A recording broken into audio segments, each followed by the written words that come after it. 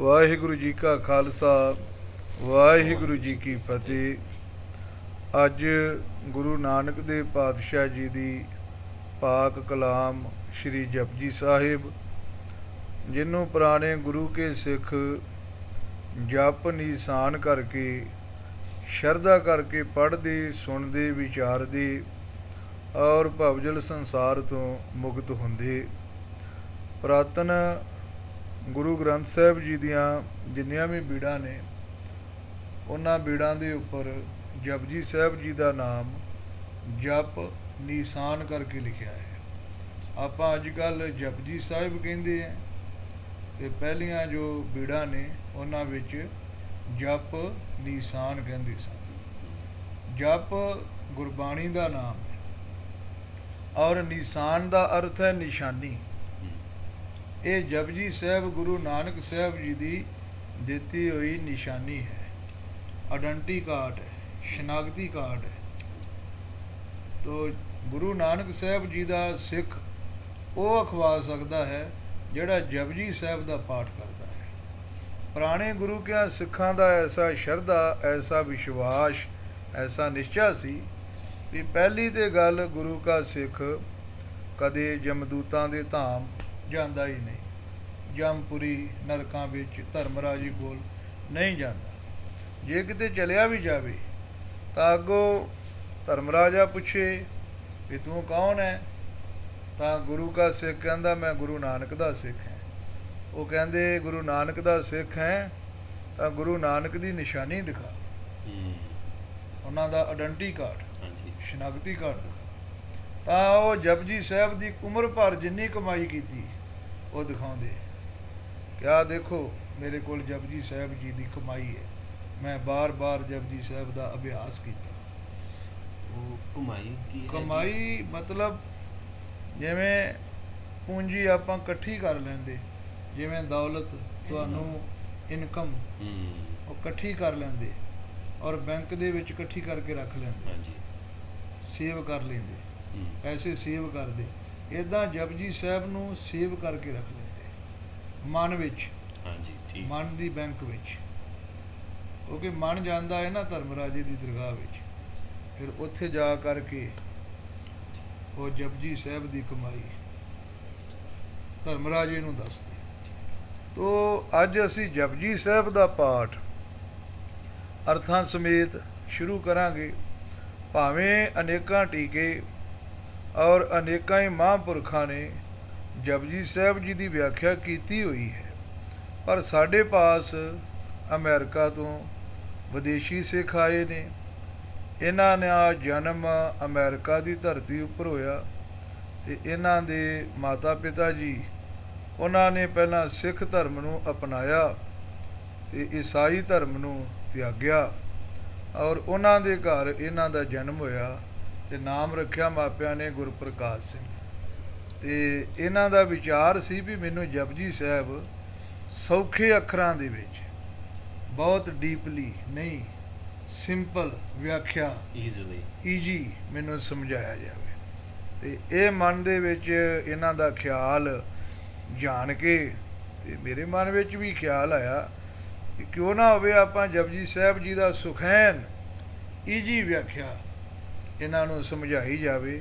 ਅਤੇ ਇਹ ਈਜੀ ਵਿਆਖਿਆ ਪਹਿਲਾਂ ਗੁਰੂ ਨਾਨਕ ਸਾਹਿਬ ਜੀ ਦੀ ਪਾਕ ਕਲਾਮ ਦੀ ਸਮਝ ਲੈਣ ਅਤੇ ਹੌਲੀ ਹੌਲੀ ਫਿਰ ਆਪੇ ਹੀ ਇਹ ਡੀਪਲੀ ਜਾ ਕਰਕੇ ਅਤੇ ਜਪਜੀ ਸਾਹਿਬ ਜੀ ਨੂੰ ਸਮਝ ਕਰਕੇ ਆਪਣੇ ਜਨਮ ਨੂੰ ਸਫਲਿਆਂ ਕਰ ਲੈਣਗੇ। ਕਿਉਂਕਿ ਗੁਰੂ ਕੀ ਗੁਰਬਾਣੀ ਇੱਕ ਸਮੁੰਦਰ ਦੀ ਨਿਆਈ ਹੈ। ਜਿਵੇਂ ਫਿਸ਼, ਮੱਛੀ ਸਮੁੰਦਰ ਦੇ ਵਿੱਚ ਰਹਿ ਕਰਕੇ ਤੈਰ ਕੇ ਆਨੰਦ ਮਾਣ ਸਕਦੀ ਹੈ, ਪਰ ਸਮੁੰਦਰ ਦਾ ਅੰਤ ਨਹੀਂ ਪਾ ਸਕਦੀ ਕਿ ਸਮੁੰਦਰ ਕਿੱਡਾ ਵੱਡਾ ਹੈ। ਜਪਜੀ ਸਾਹਿਬ ਸਮੁੰਦਰ ਦੀ ਨਿਆਈ ਹੈ, ਆਪਾਂ ਫਿਸ਼ ਦੀ ਨਿਆਈ ਹੈ, ਮੱਛੀ ਦੀ। ਮੱਛੀ ਵਾਂਗ ਉਹ ਆਨੰਦ ਪਾ ਸਕਦੇ हैं, ਅੰਤ ਨਹੀਂ ਮਿਲ ਸਕਦਾ, ਪਰ ਅੰਤ ਨਹੀਂ ਮਿਲ ਸਕਦਾ ਜਪਜੀ ਸਾਹਿਬ ਦਾ। ਐਸਾ ਜਪਜੀ ਸਾਹਿਬ ਦਾ ਪਾਕ ਕਲਾਮ ਹੈ। ਸੋ ਤੁਸੀਂ ਆਪਣੇ ਮਨ ਦਾ ਬਲਬਲਾ ਦੱਸ ਦਿਓ। ਵਾਹਿਗੁਰੂ ਇੱਕ ਓਂਕਾਰ। ਹਾਂ, ਜਪਜੀ ਸਾਹਿਬ ਜੀ ਦਾ ਜੋ ਸਭ ਤੋਂ ਪਹਿਲਾ ਅੱਖਰ ਕਹਿ ਲਓ, ਸਭ ਤੋਂ ਪਹਿਲਾ ਮੰਤਰ ਕਹਿ ਲਓ, ਉਹ ਹੈ ਇੱਕ ਓੰਕਾਰ। ਇੱਕ ਓੰਕਾਰ ਨੂੰ ਬੀਜ ਮੰਤਰ ਕਹਿੰਦੇ। ਮੰਤਰ, ਬੀਜ ਮੰਤਰ। ਬੀਜ ਮੰਤਰ। ਔਰ ਜਪਜੀ ਸਾਹਿਬ ਨੂੰ ਮਾਲਾ ਮੰਤਰ ਕਹਿੰਦੇ। ਪੂਰਾ ਜਪਜੀ ਸਾਹਿਬ ਜਿਨੀ ਨਾਮ ਤੇ ਆਇਆ ਗਏ ਮਸਕਤ ਕਾਲ, ਨਾਨਕ ਦੇ ਮੁਖ ਉਜਲੇ ਕੀਤੀ ਛੁੱਟੀ ਨਾਲ, ਇਹ ਇੱਕ ਮੰਤਰ ਹੈ। ਮੰਤਰ ਕਿਹਨੂੰ ਕਹਿੰਦੇ ਨੇ? ਜਿਹਨੂੰ ਜਪਣ ਦੇ ਨਾਲ ਰੱਖਿਆ ਹੋਵੇ, ਜਿਹਨੂੰ ਜਪਣ ਦੇ ਨਾਲ ਪ੍ਰੋਟੈਕਸ਼ਨ, ਰੱਖਿਆ ਨੂੰ ਪ੍ਰੋਟੈਕਸ਼ਨ ਕਹਿੰਦੇ, ਪ੍ਰੋਟੈਕਸ਼ਨ ਮਿਲੇ। ਜਿਹਨੂੰ ਜਪਣ ਦੇ ਨਾਲ ਰੱਬ ਦੇ ਨਾਲ ਮੇਲ ਹੋ ਜਾਵੇ, ਰੱਬ ਦੀ ਪ੍ਰਾਪਤੀ ਹੋ ਜਾਵੇ, ਉਹਨੂੰ ਮੰਤਰ ਕਹਿੰਦੇ। ਪਤਾ ਲੱਗਾ? ਸਮਝ ਗਿਆ, ਪਤਾ। ਜਪਜੀ ਸਾਹਿਬ ਇੱਕ ਮੰਤਰ ਹੈ। ਪੂਰਾ ਜਪਜੀ ਸਾਹਿਬ ਪੂਰਾ ਇੱਕ ਮੰਤਰ ਸਾਹਿਬ। ਉਸ ਮੰਤਰ ਨੂੰ ਕਹਿੰਦੇ ਆ ਮਾਲਾ ਮੰਤਰ। ਮਾਲਾ ਮੰਤਰ। ਔਰ ਜਪਜੀ ਸਾਹਿਬ ਦਾ ਜੋ ਪਹਿਲਾ ਅੱਖਰ ਹੈ, ਪਹਿਲਾ ਲਫ਼ਜ਼ ਹੈ, ਉਹ ਹੈ ਇੱਕ ਓੰਕਾਰ। ਉਹਨੂੰ ਕਹਿੰਦੇ ਆ ਬੀਜ ਮੰਤਰ। ਠੀਕ ਹੈ। ਬੀਜ ਮੰਤਰ। ਬੀਜ ਮੰਤਰ। ਬੀਜ ਮਤਲਬ ਸੀਡ। ਹਾਂ, ਸੀਡ। ਜਿਵੇਂ ਸੀਡ ਤੋਂ ਇੱਕ ਪੌਦਾ ਬਣ ਜਾਂਦਾ, ਦਰਖਤ ਬਣ ਜਾਂਦਾ। ਹਾਂਜੀ। ਇੱਕ ਓੰਕਾਰ ਸੀਡ ਹੈ। ਠੀਕ ਹੈ। ਕੋਈ ਵੀ ਬਾਣੀ, ਗੁਰੂ ਗ੍ਰੰਥ ਸਾਹਿਬ ਜੀ ਦੀ ਕੋਈ ਵੀ ਬਾਣੀ, ਉਹਦੇ ਸ਼ੁਰੂ ਵਿੱਚ ਇੱਕ ਓੰਕਾਰ ਹੁੰਦਾ। ਸਿੱਖ ਧਰਮ ਦਾ ਕੋਈ ਵੀ ਗ੍ਰੰਥ, ਉਹਦੀ ਸ਼ੁਰੂਆਤ ਇੱਕ ਓੰਕਾਰ। ਇੱਕ ਓੰਕਾਰ ਬੀਜ ਹੈ। ਬੀਜ ਮਤਲਬ ਸੀਡ। ਸੀਡ। ਇਹ ਬੀਜ ਮੰਤਰ ਹੈ। ਇੰਨਾ ਵੱਡਾ ਦਰਖਤ ਆਵਾਂਗੇ ਬੀਜ ਤੋਂ। ਬੀਜ ਤੋਂ ਆਵੇ। ਜਪਜੀ ਸਾਹਿਬ ਵੀ, ਸਭ ਜਪਜੀ ਸਾਹਿਬ ਵੀ, ਜਾਪ ਸਾਹਿਬ ਵੀ ਇੱਕ ਓੰਕਾਰ ਤੋਂ, ਚੌਪਈ ਸਾਹਿਬ ਵੀ ਇੱਕ ਓੰਕਾਰ ਤੋਂ, ਸਵਈਏ ਵੀ ਇੱਕ ਓੰਕਾਰ ਤੋਂ, ਆਨੰਦ ਸਾਹਿਬ ਵੀ ਇੱਕ ਓੰਕਾਰ ਤੋਂ। ਇੱਥੋਂ ਤੱਕ ਰਹਿ ਰਾਸ ਦੇ ਸ਼ੁਰੂ ਵਿੱਚ ਵੀ ਇੱਕ ਓੰਕਾਰ ਹੈ। ਗੁਰਪ੍ਰਤਾਪ ਸੂਰਜ ਦੇ ਸ਼ੁਰੂ ਵਿੱਚ ਵੀ ਇੱਕ ਓੰਕਾਰ ਹੈ। ਮਹਿਮਾ ਪ੍ਰਕਾਸ਼ ਉਹਦੇ ਸ਼ੁਰੂ ਵਿੱਚ ਵੀ ਇੱਕ ਓੰਕਾਰ ਹੈ। ਜਿੰਨੇ ਵੀ ਗ੍ਰੰਥ ਨੇ ਸਾਰਿਆਂ ਦੇ ਸ਼ੁਰੂ ਵਿੱਚ ਕੀ ਹੈ? ਇੱਕ ਓੰਕਾਰ। ਜਿੰਨੀਆਂ ਵੀ ਗੁਰਬਾਣੀਆਂ ਹੈ ਸਾਰਿਆਂ ਦੇ ਸ਼ੁਰੂ ਵਿੱਚ ਕੀ ਹੈ? ਇੱਕ ਓੰਕਾਰ। ਔਰ ਜੋ ਮੁਸਲਮ ਧਰਮ ਹੈ, ਉਹ ਕਹਿੰਦੇ ਜਦੋਂ ਉਹ ਰੱਬ ਨੂੰ ਖੁਦਾ ਕਹਿੰਦੇ। ਖੁਦਾ, ਰੱਬ ਦਾ ਨਾਮ ਉਹਨਾਂ ਨੇ ਖੁਦਾ ਰੱਖਿਆ। ਉਹ ਕਹਿੰਦੇ ਜਦੋਂ ਖੁਦਾ ਨੇ ਇਹ ਸੰਸਾਰ ਨੂੰ, ਦੁਨੀਆ ਨੂੰ ਵਰਲਡ ਕਹਿੰਦੇ, ਵਰਲਡ ਨੂੰ ਬਣਾਇਆ, ਤੇ ਉਹਨਾਂ ਨੇ ਆਪਣੇ ਮੂੰਹ ਤੋਂ ਕਿਹਾ ਕੁਨ, ਦੁਨੀਆ ਪੈਦਾ ਹੋ ਗਈ। ਮੁਸਲਮ ਕਹਿੰਦੇ। ਹਾਂਜੀ। ਔਰ ਹਿੰਦੂ ਧਰਮ ਵਿੱਚ ਕਹਿੰਦੇ ਰੱਬ ਨੇ ਜਦੋਂ ਦੁਨੀਆ ਨੂੰ ਬਣਾਉਣਾ ਸੀ ਤੇ ਉਹਨਾਂ ਨੇ ਆਪਣੇ ਮੂੰਹ ਤੋਂ ਕਿਹਾ ਓਮ, ਦੁਨੀਆ ਬਣ। ਈਸਾਈ ਧਰਮ ਵਿੱਚ ਕੁਝ ਲਿਖਿਆ ਹੈ ਬਾਈਬਲ ਵਿੱਚ। ਇੱਕ ਉਹ ਪਹਿਲਾ ਪੰਕਤੀ ਬਾਈਬਲ ਦੇ ਵਿੱਚ ਹੈ, there was the word was God and the word was with God. So ਥੋੜੀ ਇਕੱਠੇ ਹੈ ਕਨਸੈਪਟ, ਪਰ ਅਲੱਗ ਹੈ। ਉਹਨਾਂ ਦਾ ਥੋੜਾ ਅਲੱਗ ਹੈ। ਹਾਂਜੀ। ਸੋ ਗੁਰੂ ਨਾਨਕ ਦੇਵ ਜੀ ਨੇ ਗੁਰਬਾਣੀ ਵਿੱਚ ਲਿਖਿਆ ਕਿ ਰੱਬ ਨੇ ਜਦੋਂ ਸੰਸਾਰ ਨੂੰ ਪੈਦਾ ਕਰਨਾ ਸੀ ਤਾਂ ਰੱਬ ਨੇ ਕਿਹਾ ਓੰਕਾਰ। ਗੁਰੂ ਗ੍ਰੰਥ ਸਾਹਿਬ ਵਿੱਚ ਲਿਖਿਆ ਹੁੰਦਾ ਓੰਕਾਰ ਬ੍ਰਹਮਾ ਉਤਪਤ। ਓੰਕਾਰ ਤੋਂ ਇਹ ਦੁਨੀਆ ਬਣਾ ਲਿਆ। ਤੋ ਇੱਕ ਮਤਲਬ ਰੱਬ ਇੱਕ ਹੈ, ਓੰਕਾਰ ਮਤਲਬ ਸਾਰੀ ਦੁਨੀਆ ਨੂੰ ਪ੍ਰਗਟ ਕਰਨ ਵਾਲਾ ਹੈ। ਉਹ ਬੀਜ ਰੂਪ ਹੈ। ਬੀਜ ਰੂਪ। ਉਹਨੇ ਰੱਬ ਨੇ ਓੰਕਾਰ ਲਫ਼ਜ਼ ਕਿਹਾ ਔਰ ਦੁਨੀਆ ਪ੍ਰਗਟ ਹੋ ਗਈ। ਔਰ ਇੱਕ ਓੰਕਾਰ ਦਾ ਮੀਨਿੰਗ ਇਹ ਵੀ ਹੈ, ਓੰਕਾਰ ਦਾ ਉਚਾਰਨ ਕਰਨੇ ਸੇ ਰੱਖਿਆ ਹੁੰਦੀ ਹੈ। ਜਿਹੜਾ ਓੰਕਾਰ ਓੰਕਾਰ ਕਹਿੰਦਾ ਉਹਦੀ ਰੱਖਿਆ ਹੁੰਦੀ ਹੈ, ਉਹਨੂੰ ਪ੍ਰੋਟੈਕਸ਼ਨ ਮਿਲਦੀ ਹੈ। ਇਹ ਵੀ ਮੀਨਿੰਗ ਹੈ। ठीक है जी। और एक मीनिंग है ओंकार तो सारी दुनिया प्रगट हुई है। रब सारी दुनिया ਨੂੰ ਪ੍ਰਗਟ ਕਰਨ ਵਾਲਾ ਹੈ। ਉਹ ਇੱਕ ਹੈ ਔਰ ਸਾਰੀ ਦੁਨੀਆ ਨੂੰ ਪ੍ਰਗਟ ਕਰਨ ਵਾਲਾ ਹੈ, ਪੈਦਾ ਕਰਨ ਵਾਲਾ ਹੈ। ਅੱਗੇ सतनाम सतनाम, वो सत सच्चा है, truth। ट्रुथ हाँ जी। वो सच्चा है। और ट्रुथ वो है जो ਹੁਣ ਵੀ ਹੈ, ਪਿਛ ਕੱਲ ਵੀ ਹੈਗਾ ਸੀ ਔਰ ਕੱਲ ਵੀ ਹੋਵੇ। ਉਹ ਸੱਚਾ ਹੈ। ਤੁਹਾਡਾ ਜਦੋਂ ਜਨਮ ਨਹੀਂ ਸੀ ਹੋਇਆ ਉਦੋਂ ਤੁਸੀਂ ਹੈਗੇ ਸੀ? जन्म ਨਹੀਂ ਸੀ ਹੋਇਆ ਉਦੋਂ ਹੈਗੇ ਸੀ? ਜਨਮ ਤੋਂ ਪਹਿਲੇ नहीं हैगी नहीं। ਨਹੀਂ। ਜਦੋਂ ਮਰ ਜਾਣਾ ਉਦੋਂ ਹੋਗੇ? नहीं बस फिर समाप्ति ਸਮਾਪਤੀ। सारे। ਅੱਜ हाँ जी। ਜਿੰਨਾ ਚਿਰ ਜਨਮ ਹੈ ਇਹ ਪੀਰੀਅਡ ਵਿੱਚ ਹੋ, हाँ जी। ਆਪਣੀ ਉਮਰ ਵਿੱਚ। ਰੱਬ ਤੁਹਾਡੇ ਜਨਮ ਤੋਂ ਪਹਿਲੇ ਵੀ ਸੀ, ਤੁਹਾਡੇ ਜੀਵਨ ਵਿੱਚ ਵੀ ਹੈ। ਤੁਸੀਂ ਡੈਥ ਹੋ ਜਾਓਗੇ, ਰੱਬ ਹੋਏਗਾ। ਮਤਲਬ ਤਿੰਨ ਕਾਲ ਜਿਹਨੂੰ ਕਹਿੰਦੇ ਆ, ਜਿਹੜਾ ਸਮਾਂ ਲੰਘ ਗਿਆ ਉਹਨੂੰ ਕੀ ਕਹਿੰਦੇ ਅੰਗਰੇਜ਼ੀ 'ਚ? ਪਾਸਟ। ਫਿਊਚਰ ਆਉਣ ਵਾਲਾ, ਜਿਹੜਾ ਚੱਲਦਾ ਪਿਆ ਉਹਨੂੰ ਵੀ ਪ੍ਰੈਜ਼ੈਂਟ। ਉਹ ਰੱਬ ਤਿੰਨਾਂ ਸਮਿਆਂ ਵਿੱਚ। हाँ जी। ਤਿੰਨ ਹੋ ਗਏ ਨਾ? ਤਿੰਨ ਹੋ ਗਏ। Past, future, present. ਹਾਂ। ਤਾਂ ਤੁਸੀਂ ਪ੍ਰੈਜ਼ੈਂਟ ਹੋ। ਪਾਸਟ ਵਿੱਚ ਨਹੀਂ ਸੀ, ਜਨਮ ਤੋਂ ਪਹਿਲੇ ਪਾਸਟ। ਫਿਊਚਰ ਵਿੱਚ ਮੌਤ ਤੋਂ ਬਾਅਦ ਹਾਂ ਨਹੀਂ। ਨਹੀਂ। ਤਾਂ ਰੱਬ ਤਿੰਨੋਂ ਵੇਲੇ। ਹਾਂਜੀ। ਜੋ ਤਿੰਨਾਂ ਸਮਿਆਂ ਵਿੱਚ ਹੋਵੇ ਉਹਨੂੰ ਕਹਿੰਦੇ ਸੱਚਾ ਹੈ। ਸੱਚੇ। ਇਹ ਸੱਚੇ ਦੀ ਡੈਫੀਨੇਸ਼ਨ ਹੈ। ਠੀਕ ਹੈ। ਜੋ ਤਿੰਨਾਂ ਸਮਿਆਂ ਵਿੱਚ ਹੋਵੇ ਉਹ ਸੱਚਾ ਹੈ। ਰੱਬ ਹੈ ਉਹ ਸੱਚਾ ਹੈ। ਔਰ ਨਾਮ ਦਾ ਅਰਥ ਹੈ ਨਾ ਆਮ, ਐੜਾ ਨਿਕਲੇਗਾ। ਉਹ ਆਮ ਨਹੀਂ ਹੈ, ਉਹ ਖਾਸ ਹੈ। ਕਿਉਂ? ਕਿਉਂਕਿ ਅਸੀਂ ਪ੍ਰੈਜ਼ੈਂਟ ਸਮੇਂ ਵਿੱਚ ਹੈ, ਵਰਤਮਾਨ ਸਮੇਂ ਵਿੱਚ ਹੈ। ਹਾਂਜੀ। ਪਾਸਟ ਫਿਊਚਰ ਵਿੱਚ ਨਹੀਂ ਹੈ। ਇਹ ਆਮ ਲੋਕ ਹੈ। ਹਾਂਜੀ। ਔਰ ਉਹ ਖਾਸ ਹੈ, ਉਹ ਤਿੰਨੋਂ ਸਮਿਆਂ ਵਿੱਚ ਹੈ। ਹਾਂਜੀ। ਇਸ ਲਈ ਉਹ ਖਾਸ ਹੈ, ਉਹ ਸੱਚਾ ਹੈ, ਉਹ ਖਾਸ ਹੈ, ਉਹ ਆਮ ਨਹੀਂ। ਠੀਕ ਹੈ, ਸਮਝ ਗਿਆ। ਸਮਝ ਗਏ? ਹਾਂਜੀ। ਅੱਗੇ ਆ ਗਿਆ ਕਰਤਾ ਪੁਰਖ। ਕਰਤਾ ਮਤਲਬ ਪੈਦਾ ਕਰਨ ਵਾਲਾ, ਔਰ ਪੁਰਖ ਮੀਨਿੰਗ ਪੂਰਨ। ਪੂਰਨ ਕੀ ਹੈ? ਪੂਰਨ ਇੱਕ ਬੰਦਾ ਅਧੂਰਾ ਹੁੰਦਾ, ਕਿਸੇ ਕੰਮ ਦੇ ਵਿੱਚ ਅਧੂਰਾ ਹੁੰਦਾ। ਇੱਕ ਬੰਦਾ ਹੁੰਦਾ ਪ੍ਰੋਫੈਸ਼ਨਲ, ਉਹ ਕੰਮ ਦੇ ਵਿੱਚ ਪੂਰਾ ਮਾਹਰ ਹੁੰਦਾ, ਪੂਰਾ ਹੁੰਦਾ। ਜਿਵੇਂ ਇੱਕ ਟੀਚਰ ਹੈ, ਟੀਚਰ ਤਾਂ ਹੈ ਪਰ ਉਹਨੂੰ ਟੀਚਿੰਗ ਪੂਰੀ ਨਹੀਂ ਕਰਨੀ ਹੁੰਦੀ। ਠੀਕ, ਹਾਂ ਠੀਕ ਹੈ।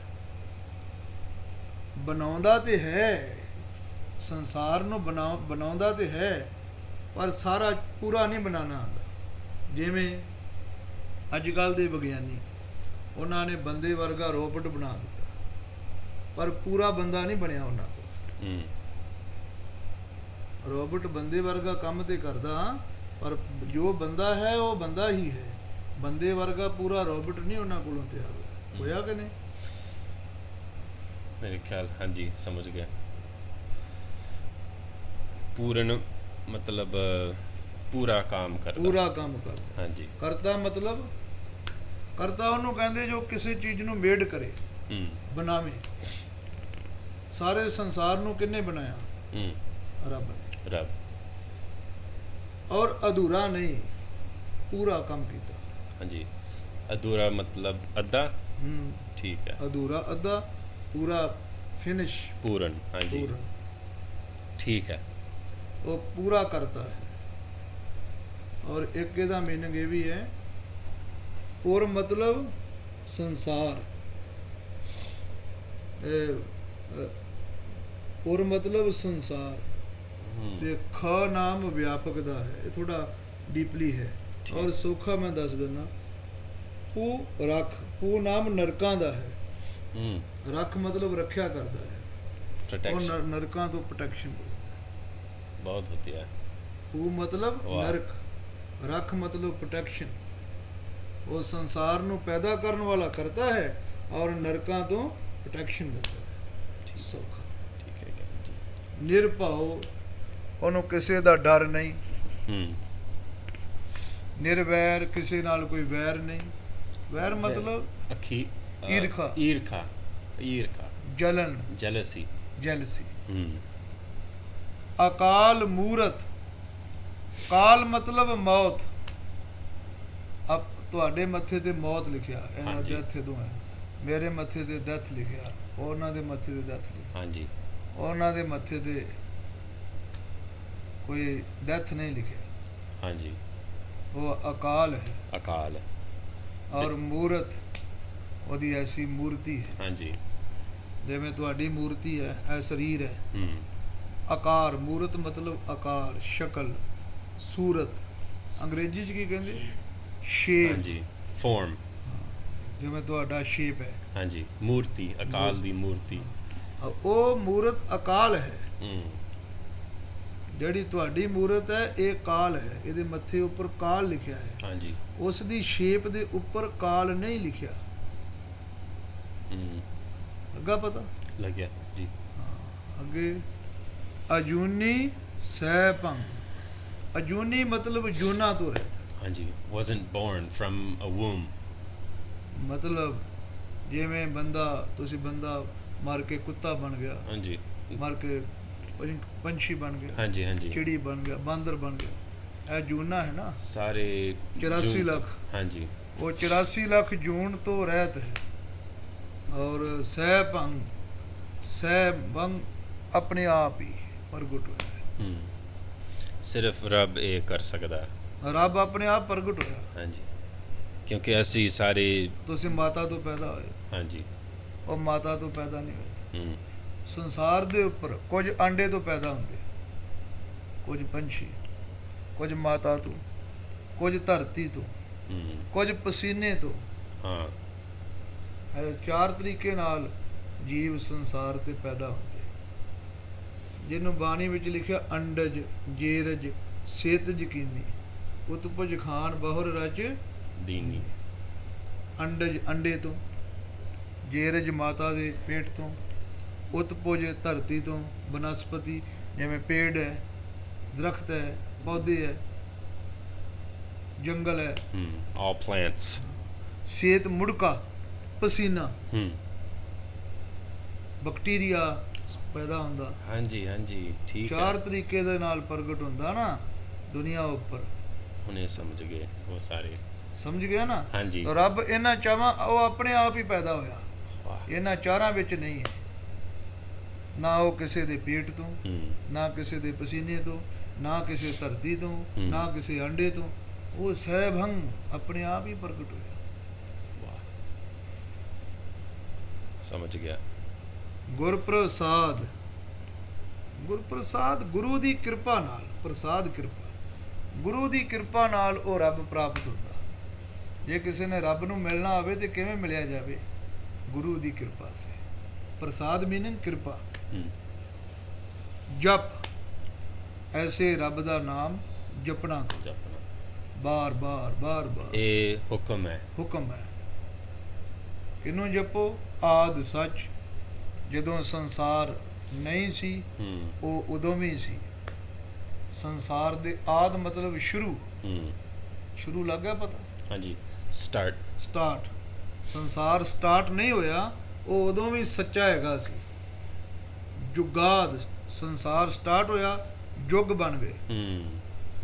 ਕਲ ਯੁੱਗ, ਤ੍ਰੇਤਾ ਯੁੱਗ, ਹਾਂ, ਉਹ ਕਲ ਸਾਰੇ। ਯੁੱਗ, ਸਤਯੁੱਗ। ਯੁੱਗਾਂ ਦੇ ਆਦ ਵਿੱਚ ਸੀ ਜਦੋਂ ਯੁੱਗ ਬਣੇ। ਸੰਸਾਰ ਦਾ ਸਟਾਰਟ ਹੋਇਆ, ਯੁੱਗ ਆਦ, 2 ਸ਼ਬਦਾਂ ਨੂੰ ਮਿਲ ਕੇ ਬਣਿਆ ਯੁੱਗ ਆਦ। Hmm. ਪਹਿਲਾਂ ਸੰਸਾਰ ਜਦੋਂ ਸਟਾਰਟ ਨਹੀਂ ਹੋਇਆ ਉਦੋਂ ਵੀ ਸੀ, ਜਦੋਂ ਫਿਰ ਸੰਸਾਰ ਸਟਾਰਟ ਹੋਇਆ, ਯੁੱਗ ਬਣੇ, ਉਦੋਂ ਉਹ ਵੀ ਹੈ ਵੀ ਸੱਚ, ਹੁਣ ਵੀ ਹੈ। ਨਾਨਕ ਹੋਸੀ ਵੀ ਸੱਚ। ਹੋਸੀ ਮਾਨੇ ਹੋਵੇਗਾ, Hmm. ਉਹ ਸੱਚਾ ਅੱਗੇ ਵੀ ਹੋਵੇਗਾ। ਇਹ ਸੱਚ ਦੀ ਡੈਫੀਨੇਸ਼ਨ ਹੈ। ਇਹ ਜਿਹੜਾ ਦੱਸਿਆ ਸੀ ਨਾ ਸਤਨਾਮ, ਹਾਂਜੀ। ਇਹ ਸੱਤ ਦੀ ਡੈਫੀਨੇਸ਼ਨ ਹੈ। Hmm.